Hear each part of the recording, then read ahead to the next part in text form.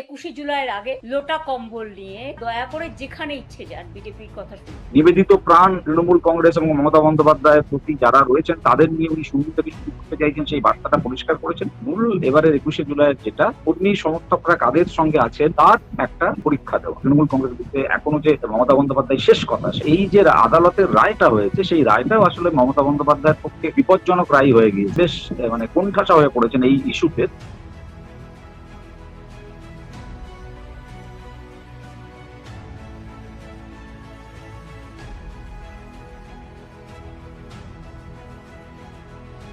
সঠিক বার্তা দিতে পারবেন কিনা সেটা বলা খুব কঠিন এই মুহূর্তে। তার কারণ হচ্ছে যে উনি তো অনেক কিছু বলেই চলেছেন। নির্বাচনে পর্যদুষ্ট হওয়ার পর থেকে বারে বারে ফেসবুক লাইভে এসে উনি ওর কথাগুলো মানুষের সামনে রাখার চেষ্টা করেছেন, এবং যারা তৃণমূলের কর্মী সমর্থক এবং নেতা নেত্রীরাও রয়েছেন তাদের উদ্দেশ্যেও অনেক বার্তা উনি রেখেছেন।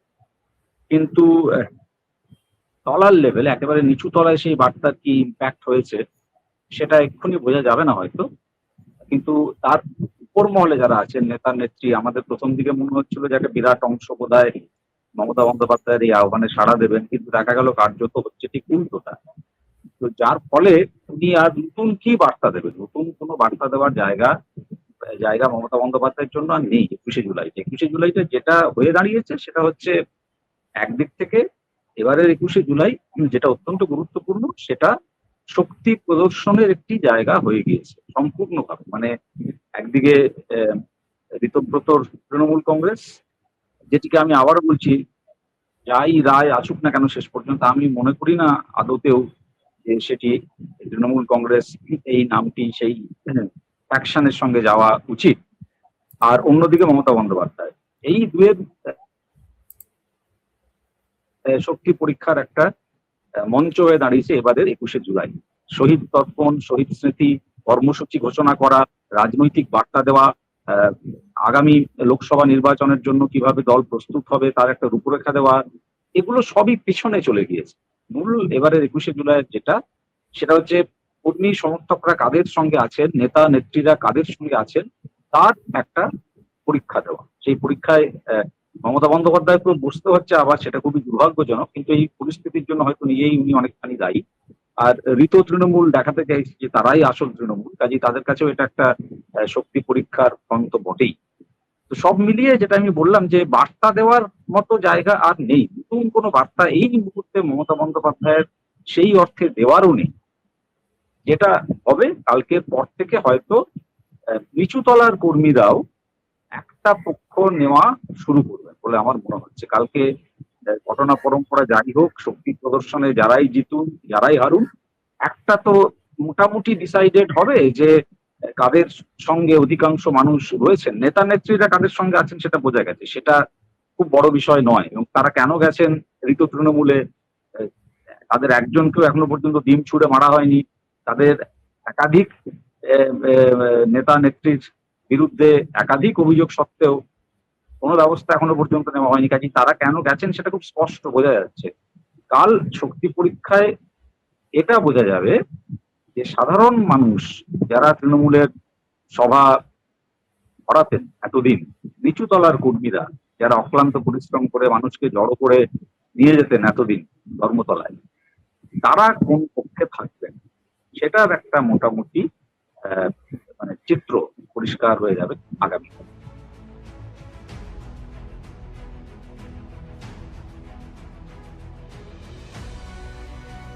হ্যাঁ, এমনটা তো হতেই পারে যে ধরা যাক ঋত তৃণমূলেই মানুষের উপস্থিতি অনেক বেশি হলো। আমি সেই সম্ভাবনাকে একদম উড়িয়ে দিচ্ছি না। তার কারণ হচ্ছে যে আমার নিজের মনে হয়েছে যে রাজ্য সরকার এই দুই তৃণমূলকে যেভাবে এখনো পর্যন্ত ট্রিট করেছে, এবং আমি বলবো যে বিজেপি দল হিসেবেও এই দুই তৃণমূলকে যেভাবে ট্রিট করেছে, তা থেকে পরিষ্কার যে রাজ্য সরকারের এবং বিজেপির সমর্থন কোন তৃণমূলের দিকে আছে। কিন্তু তৃণমূল তো আসলে সরকার অনুমোদিত একটি বিরোধী বিধায়কদের মঞ্চ মোটামুটি ভাবে। তো সেই দিক থেকে এটা হতেই পারে যে ঋত তৃণমূলকে শক্তি পরীক্ষায় সসম্মানে উত্তীর্ণ করিয়ে দেওয়ার জন্য রাজ্য সরকার পেছন থেকে, বিজেপি পেছন থেকে একটা সাপোর্ট দিতে পারে। দেখো এত মানুষ এদের সঙ্গে আছেন, এরাই আসল তৃণমূল, সাধারণ নিচু তলার মানুষরাও এদের সঙ্গে আছেন। আরেকটা সমস্যার মধ্যে এক্ষেত্রে মমতা বন্দ্যোপাধ্যায় পড়েছে, সেটা হচ্ছে এই যে তার তো সভাস্থলের পরিবর্তন হয়েছে এবং বিড়লা প্ল্যানেটোরিয়ামের যে জায়গা যেখানটাকে ঠিক করে দেওয়া হয়েছে, তো সেখানে আরেকটি বিধিনিষেধ আছে যে 2,500-এর বেশি মানুষের জমায়েত করা যাবে না, যেটা আসলে কিছুই না। মানে মমতা বন্দ্যোপাধ্যায় এখনো রাস্তায় নামলে 2,500 মানুষ তো হয়েই যায়, তার বেশি মানুষকে ওখানে আটতে দেওয়া হবে না। এটার মানে এই যে আদালতের রায়টা হয়েছে, সেই রায়টাও আসলে মমতা বন্দ্যোপাধ্যায়ের পক্ষে একটি, আমি ওগুলো বিপজ্জনক রায় হয়ে গিয়েছে। তার কারণ হচ্ছে যে প্রচুর মানুষের যদি ঢল নামে, তাহলে দেখা যেতে পারে যে পুলিশ তাদের হয়তো ওখানে যেতেই দিল না, আটকে দিল, তার কারণ অনুমতি নেই, আদালতেরই অনুমতি নেই। আর দ্বিতীয় যেটা হতে পারে যে অনেক মানুষ এরকম ভয়ও পেতে পারে এই রায়ের ফলে, যে 2,500 মানুষের বেশি জমায়েত হলে আমাদেরকে পুলিশ ধরে ফেলতে পারে। এখন আবার এই গুন্ডা দমন আইন লাগু হয়ে গেছে, কাকে যে কোন ধারায় আটকে পুরে দেওয়া হবে কেউ জানে না। কাজেই সেটাও আরেকটা হতে পারে যে সেক্ষেত্রে হয়তো মমতা বন্দ্যোপাধ্যায়ের যে তৃণমূল, সেই তৃণমূলের, যেটাই আসলে আসল তৃণমূল, বারবার আমি এই কথাটা বলছি, সেই তৃণমূলের হয়তো জনসমাগম তেমনটা হলো না। এতে একটা জিনিস তো বোঝাই যাবে, যেটা আমি বারবার বলছি, যে তৃণমূলের সঙ্গে সত্যি সত্যি কতখানি নেতারা রয়েছেন, কর্মী সমর্থকরাও যদি দেখা যায়, এটা খবরে আসবে। আজকালকার দিনে তো কিছুই চাপা থাকে না, খবরে আসবে। বিশেষ করে বড় মিডিয়া হাউসগুলো এই খবরকে চেপে দিলেও ছোট ছোট ইউটিউব চ্যানেল যেগুলো ইন্ডিপেন্ডেন্টলি অনেক ক্ষেত্রে সাংবাদিকতা কাজ করছেন, ইনফ্যাক্ট অনেক ক্ষেত্রে তাদের খবরকে আমরা বেশি বিশ্বাসযোগ্য বলে মনে করছি, তারা নিশ্চয়ই এই তথ্য সামনে আনবেন যে বিজেপির কতটা সাপোর্ট ছিল, সরকারের কতটা সাপোর্ট ছিল তৃণমূলের জমায়েতকে সাকসেসফুল করার জন্য। যদি দেখা যায় যে এমনটা হয়েছে, ওদের সমাবেশ বিরাট বড় হলো এবং তার পেছনে এই সমর্থন ছিল, তাহলেও কিন্তু খুব চিত্রটা পরিষ্কার হবে না। সেক্ষেত্রে বরং আমি বলবো যে মমতা বন্দ্যোপাধ্যায়ের প্রতি মানুষের সমর্থন আরো বাড়বে। তলার দিকের যে সমর্থন আমি বলছি, মানে মমতা বিরোধীদের কারোরই সমর্থন মমতা পাবেন না, ফ্লোটিং ভোটার্সদের কারোরই সমর্থন মমতা পাবেন না, এগুলো আগে বারবার বলেছি ধারণা। তো সেই দিক থেকে দেখতে গেলে যদি সরকার সমর্থিত, বিজেপি সমর্থিত জমায়েত তৃণমূলে হয়, তাহলে সেই পরীক্ষার ফলাফল তৃণমূল যা পাবে সেটা তো খুব উল্লেখযোগ্য ফলাফল হবে না, বলার মতো ফলাফল হবে না, সত্য ফলাফল হবে না। তো সেই দিক থেকে এটা খুব একটা মানে পরিষ্কার দিক নির্দেশ করবে না। কিন্তু যদি দেখা যায় যে না, সত্যি সত্যি তৃণমূলের সঙ্গে অনেক নিচু তলার কর্মী সমর্থক জমা হলো, তার কারণ কলকাতা এবং সংলগ্ন অঞ্চলের মানে একটা বড় সংখ্যক নেতা নেত্রী তৃণমূলের দিকে চলে গেছে, জেলা থেকেও একটা বেশ বড় সংখ্যক নেতা নেত্রী তৃণমূলের দিকে চলে গেছে, এবং এদের প্রত্যেকে দিয়ে, তৃণমূল কংগ্রেস যেহেতু আদর্শ নির্ভর দল নয়, এদের প্রত্যেকেরই কিছু কিছু কোটারই মানে সমর্থক এবং কর্মী ছিল, যারা এই দাদা দিদিদের অনুগত বলে রাজনীতি করতেন। তো তারাও এই দাদা দিদিদের সঙ্গে আত্মরক্ষার প্রয়োজনীয়, কেননা তারা এটাও দেখেছেন যে এদের গায়ে একেবারে মানে আঁচড়টুকু লাগছে না, তারা শিবির বদল হয়তো করে নিয়েছেন ইতিমধ্যেই।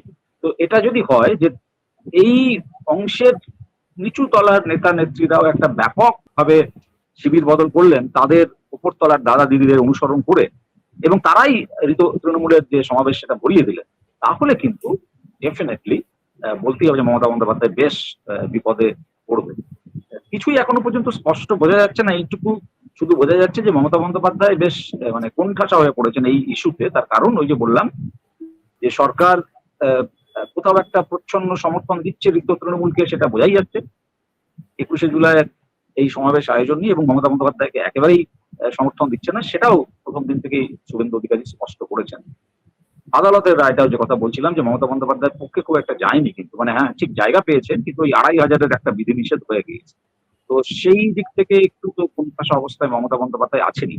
কালকে সমাবেশ হলে এটাও পরিষ্কার হবে, যদি দেখা যায় যে প্রচুর মানুষ মমতার সমাবেশে ওই 2,500-এর বিধিনিষেধকে অস্বীকার করে উপেক্ষা করে এসে উপস্থিত হলেন, তাদের হয়তো পুলিশ আটকে দিল, তারা পৌঁছতে পারলেন না, কিন্তু তারা এলেন কলকাতা শহর পর্যন্ত, তাহলে সেটাও কিন্তু মমতা বন্দ্যোপাধ্যায়ের একটা নৈতিক জয় বলেই চিহ্নিত হবে। এবং আগামী দিনে সংগঠন যে মমতা বন্দ্যোপাধ্যায়ের হাতেই থাকবে, দলের নাম যারাতেই যাক, মানে ফান্ড যারাতেই যাক, সিম্বল যারাতেই যাক, নিয়ন্ত্রণ তৃণমূল কংগ্রেস বলতে যে এখনো নিয়ন্ত্রণ মমতা বন্দ্যোপাধ্যায়ের হাতে থাকবে, তৃণমূল কংগ্রেস বলতে এখনো যে মমতা বন্দ্যোপাধ্যায় শেষ কথা, সেটা আরেকবার প্রমাণিত হবে। আমরা সবাই তাকিয়ে রয়েছি কি ঘটে কাল এটা দেখার জন্য।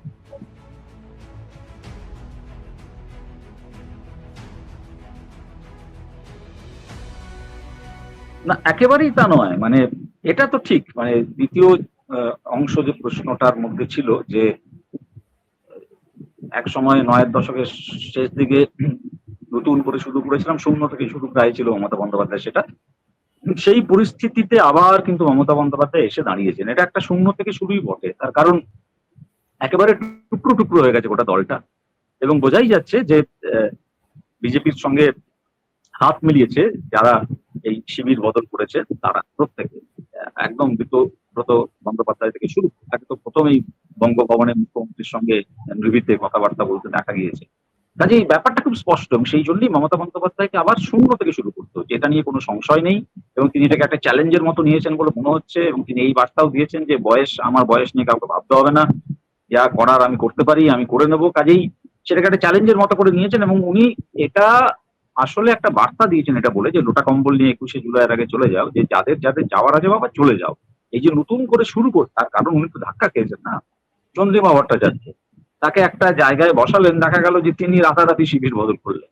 এই যে যাদের দায়িত্ব দিচ্ছেন মদন মিত্র, এক একজনের কাছে এক একবার করে ইডি গিয়ে পৌঁছচ্ছে, সিবিআই এর ডাক আসছে, ব্যাস সঙ্গে সঙ্গে রাতারাতি তাদের অবস্থান বদল হয়ে যাচ্ছে। তো এটা তুমি দেখেছেন, যার ফলে হয়তো উনি এটা বলেছেন যে যার যার যাওয়ার আছে তোমরা ভাই চলে যাও। আমার নিজের ধারণা যে বড় বড় নেতাদের যাদের শিবির বদল করার ছিল তারা প্রায় সকলেই চলে গিয়েছে, মানে এবার যারা রয়েছেন তারা তার পরের স্তরের নেতা, বিগ শটস বলতে যাদের বোঝায় আর কি, তারা সকলেই দল বদল করে দিয়েছেন ইতিমধ্যেই। তো সেদিক থেকে আমার মনে হয় না যে মানে ভবিষ্যতে আর হবে না, কোনো দল বদল হবে না, এটা ভেবে উনি এই মন্তব্যটা করেছেন। একটা কারণ হতে পারে ওই যে বললাম যে একটা পরিচ্ছন্ন নিবেদিত প্রাণ তৃণমূল কংগ্রেস এবং মমতা বন্দ্যোপাধ্যায়ের প্রতি যারা রয়েছেন তাদের নিয়ে উনি শুরু থেকে শুরু করতে চাইছেন, সেই বার্তাটা পরিষ্কার করেছেন। দ্বিতীয় একটা ওর হয়তো এই ধারণাটা হয়েছে, যেটা এই মাত্র আমি বললাম, যে বড় বড় নাম যে কটি মমতা বন্দ্যোপাধ্যায় ছাড়া তৃণমূল কংগ্রেস দলের ছিল তারা সকলেই ইতিমধ্যেই চলে গিয়েছেন, আর একজন দুজন যদি বা পড়ে আছেন তাদের হয়তো একটা বার্তা দিয়েছেন যে ভাই চলতে যাও। কিন্তু এটা উনি জানেন যে এটা শেষ নয়, ডেফিনেটলি এটা শেষ নয়। তার কারণ আমি একটু আগে যেটা বলছিলাম যে এদের গায়ে যদি আঁচড়টিও না পড়ে, তলার একদম নিচু তলাতে যে সমস্ত তৃণমূল কংগ্রেসের নেতারা পাড়ায় পাড়ায় দাদা হয়ে ওঠা কিছু কিছু কর্মী যারা মানুষের উপর অত্যাচার করেছেন, তোলা তুলেছেন, নানাভাবে মানুষকে প্রতিনিয়ত আতঙ্কের মধ্যে রেখেছেন, তাদের বিরুদ্ধেও তো হাজারটা কেস, হাজারটা মামলা, তাদের অনেককে ইতিমধ্যে গ্রেফতার করা হয়েছে। তারপর আবার এই গুন্ডা দমন আইন চলে এসেছে, কোন রকম কারণ না দেখিয়ে যে কোনো মানুষকে গ্রেফতার করা হতে পারে। কাজেই তারা কিন্তু, আমার নিজের ধারণা, এই অংশটা যারা যারা দুর্নীতির সঙ্গে যুক্ত ছিল, যারা মানুষকে ভয় দেখিয়েছে, তোলা তুলেছে, তারা কিন্তু এরপর শিবির বদল করতে ধীরে ধীরে শুরু করবে এই দাদা দিদিদের পদাঙ্ক অনুসরণ করে। কাজেই এটা যে পুরো থেমে যাবে তা নয়, হয়তো উনি এটা ওই বড় নেতাদের কথা মাথায় রেখে বলেছেন, এবং যারা থাকছেন আমার সঙ্গে তারা থাকুন, তারা কমিটেড একদম আমার দলের কর্মী হিসেবে থাকুন, সৈনিক হিসেবে থাকুন, এই বার্তাটা একটা উনি দিতে চেয়েছেন। কিন্তু আমার মনে হয় না যে এই শিবির পরিবর্তন এখানে শেষ হচ্ছে, এবং যতই শ্রমিক ভট্টাচার্য বলুন না কেন যে মানে ধাপে ধাপে তো পেছচ্ছেন, প্রথমে বললেন যে দরজা একেবারে বন্ধ, তারপর দরজা খুললো ভালো তৃণমূলদের জন্য, তারপর দরজা খুললো মানে দেশের স্বার্থের কথা ভেবে। তো একে একে তো দরজা খুলছে, তো নিচু তলাতেও দরজা খুলবে, এবং বিজেপির তৃণমূলীকরণ অনেকখানি হয়ে গিয়েছে। আগামী 1 বছরের মধ্যে বিজেপির তৃণমূলীকরণ মোটামুটি সম্পূর্ণ হবে, তো সেই প্রসেসটা চলবে। কাজেই এটা নয় যে মমতা বন্দ্যোপাধ্যায় বুঝতে পেরেছেন যে আর কোনো দল বদল হবে না, একেবারেই তা।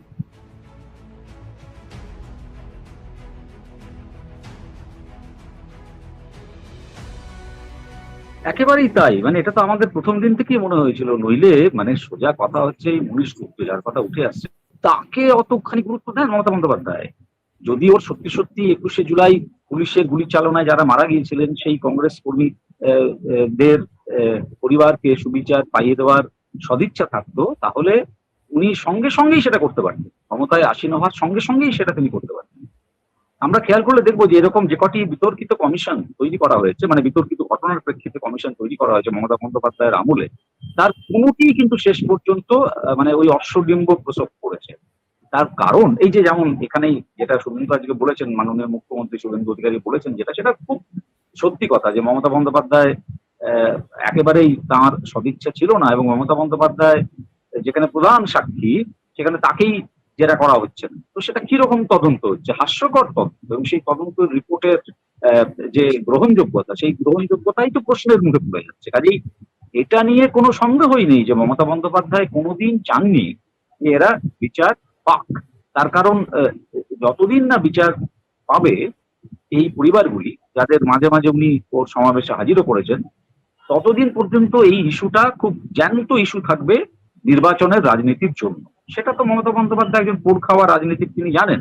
আর দ্বিতীয় হচ্ছে ওই যে বাধ্যবাধকতা, এই একই বাধ্যকতায় আমরা বিজেপিকেও পড়তে দেখবো, কিন্তু অপেক্ষা করলেই দেখা যাবে আস্তে আস্তে যে যাদেরকে দলে ঠাঁই দেওয়ার কথাই নয় মমতা বন্দ্যোপাধ্যায় তাদের দলে ঠাঁই দিলেন, গুরুত্বপূর্ণ জায়গায় তাদেরকে স্থাপন করলেন। এবার এটা তো খুব স্পষ্ট যে এবার ওদের বিরুদ্ধে কোনো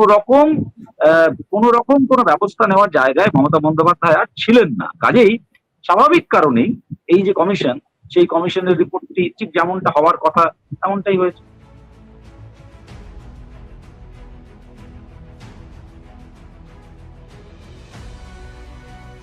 না, 21শে জুলাই অভিষেক বন্দ্যোপাধ্যায় থাকবেন। উনি এই কথাটা যেমন বলেছেন তেমন একই সঙ্গে এটাও স্পষ্ট করেছেন যে অভিষেকের দলে গুরুত্ব পাওয়াটা কোনো ইস্যু নয়। অভিষেক প্লেন কি না থাকলেন সেজন্য ওরা দল ছেড়ে চলে গেছেন এমনটা নয়। সেটা কিন্তু আমারও মনে হচ্ছে মানে সেটা কিন্তু সত্যি ইস্যু নয়। ইস্যু যেটা, সেটা আমি বারবার বলেছি, আবারও বলছি, এক হচ্ছে নিজেদের বাঁচানো, দুই হচ্ছে এই ক্ষমতার আস্বাদ যারা পেয়েছেন তারা ক্ষমতার থেকে দূরে থাকতে পারেন না, এবং তিন হচ্ছে নিজেদের ভবিষ্যৎকে সুরক্ষিত করা সম্পূর্ণভাবে। এটা বিশেষ করে যারা সাংসদ রয়েছেন তাদের ক্ষেত্রে এই শেষের কথাটা বেশি করে প্রযোজ্য, যে মাঝপথে ইস্তফা দিয়ে দিলে এইসব অনেক সমস্যা হয়, তারা তো মানে সমস্ত সুযোগ সুবিধা আজীবন পাবেন না। তো যে কারণেই আমার এটা মনে হয় না একেবারেই যে সত্যি কথা বলতে কি মানে অভিষেক বন্দ্যোপাধ্যায় ছিলেন মূল কারণ। তা যদি হতো তাহলে নির্বাচনের আগে একজন দুজনে কেন মুখ ফুটে সে কথা বললেন? ওই কল্যাণ বন্দ্যোপাধ্যায় একটা সময় বলেছিলেন, ঠিক আছে, তাছাড়া তার কেউ এই নিয়ে মুখ ফুটে একটি কথাও বলেনি। তাহলে এর এর মানেটা কি? তার মানে আমি এটা বলছি না কিন্তু যে অভিষেক দুর্ব্যবহার করেননি, অভিষেক একটা সম্রাটের মতো ভাবভঙ্গি নিয়ে চলেননি, কিন্তু এরা সকলেই সেটা মেনে নিয়েছিলেন। মূল কথা হচ্ছে এটা, যদি আজকে মমতা বন্দ্যোপাধ্যায় জিততেন তাহলে কি ওরা সত্যি সত্যি অভিষেক বন্দ্যোপাধ্যায়কে দল থেকে তাড়িয়ে দেওয়ার কথা বলতেন? একেবারেই বলতেন না। কাজেই ওদের দলত্যাগের পেছনে বা মমতা বন্দ্যোপাধ্যায়ের হাত ছেড়ে দেওয়ার পেছনে অভিষেক বন্দ্যোপাধ্যায় অন্তত ইস্যু নন। আবার বলছি, তার মানে আমি অভিষেক বন্দ্যোপাধ্যায়কে ক্লিন চিট কিন্তু দিচ্ছি না। আমি বলতে চাইছি যে তৃণমূলের যারা যারা ঋত তৃণমূলে চলে গেলেন একদম শুরু থেকে, ঋতব্রতকে ধরেই যদি বলা হয়, তাহলে এই জায়গাটা খুব পরিষ্কার, এরা প্রত্যেকে নিজেদের স্বার্থে, নিজেদের মানে ধান্দায় মমতা বন্দ্যোপাধ্যায় হাত ছেড়েছে। মমতা বন্দ্যোপাধ্যায় জিতলে এরা কে কোন দপ্তরের মন্ত্রী হবেন তাই নিয়ে সারাক্ষণ তদবির করতেন। এটাই বাস্তব।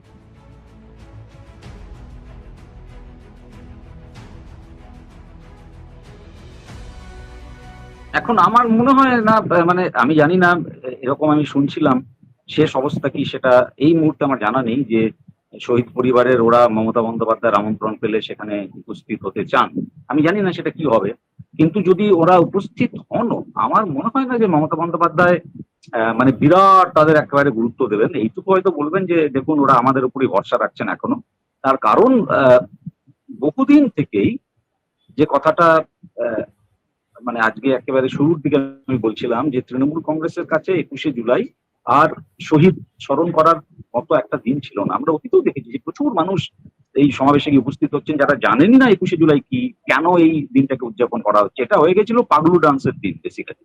এটা হয়ে গেছিল টালিগঞ্জ থেকে কোন কোন নতুন মুখকে এবার দেখা যাবে, শিল্পী সাহিত্যিকদের কোন কোন নতুন মুখকে দেখা যাবে, কে এবার এসে মমতা বন্দ্যোপাধ্যায় চেয়ার মুছে দেবেন, সেই সবের জন্য মানে একেবারে সাংবাদিক এবং চিত্রগ্রাহকদের কাছে দারুণ মানে চমৎকার উপাদান এই হয়ে গেছিল। এর মধ্যে শহীদদের গুরুত্ব বহুদিন অন্তর্হিত হয়েছে। শহীদ স্মরণে যদি একটি দিন উদযাপিত হয় সেখানে মঞ্চে কি পাগলু ডান্স হতে পারে? তো সেটা নেই, বহুদিনই নেই।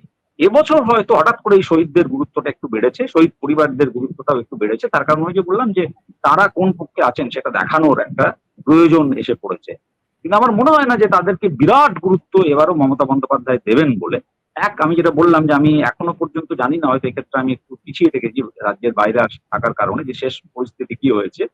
কিন্তু যদি ওরা আসেনও মমতা বন্দ্যোপাধ্যায়ের আমন্ত্রণ গ্রহণ করে, আমার মনে হয় না যে ওদের উপরেই গোটা ফোকাসটা থাকবে। বরং যে ক্ষোভ মমতা বন্দ্যোপাধ্যায়ের ভেতরে রয়েছে, এই 21শে জুলাই কেন্দ্রিক যে সমস্ত কথাবার্তা উনি বলেছেন সেখানেও শহীদদের কথাবার্তা কতখানি এসছে, বরং ওর নিজের পার্টির অন্তর্দ্বন্দ্ব, বিশ্বাসঘাতকতা, এই সবই বারবার ঘুরে ফিরে এসেছে। এই যে ক্ষুব্ধ মমতা বন্দ্যোপাধ্যায়, আহত মমতা বন্দ্যোপাধ্যায়, অপমানিত মমতা বন্দ্যোপাধ্যায়, তাকে আমরা একটু ওই বিস্ফোরণের মতো আগামীকাল দেখতে পেতে পারি। সেখানে হয়তো হয়তো শেষ কয়েক বছর শহীদদের যে গুরুত্ব দেওয়া হতো, শহীদ পরিবারগুলির যে গুরুত্ব পাওয়া উচিত ছিল, যা যতটুকু দেওয়া হতো তার চেয়ে একটু হয়তো বেশি এবার হতে পারে। এই মাত্র বহুদিনই 21শে জুলাই তৃণমূল কংগ্রেসের কাছে একেবারেই শহীদ স্মরণ করার দিন ছিল না।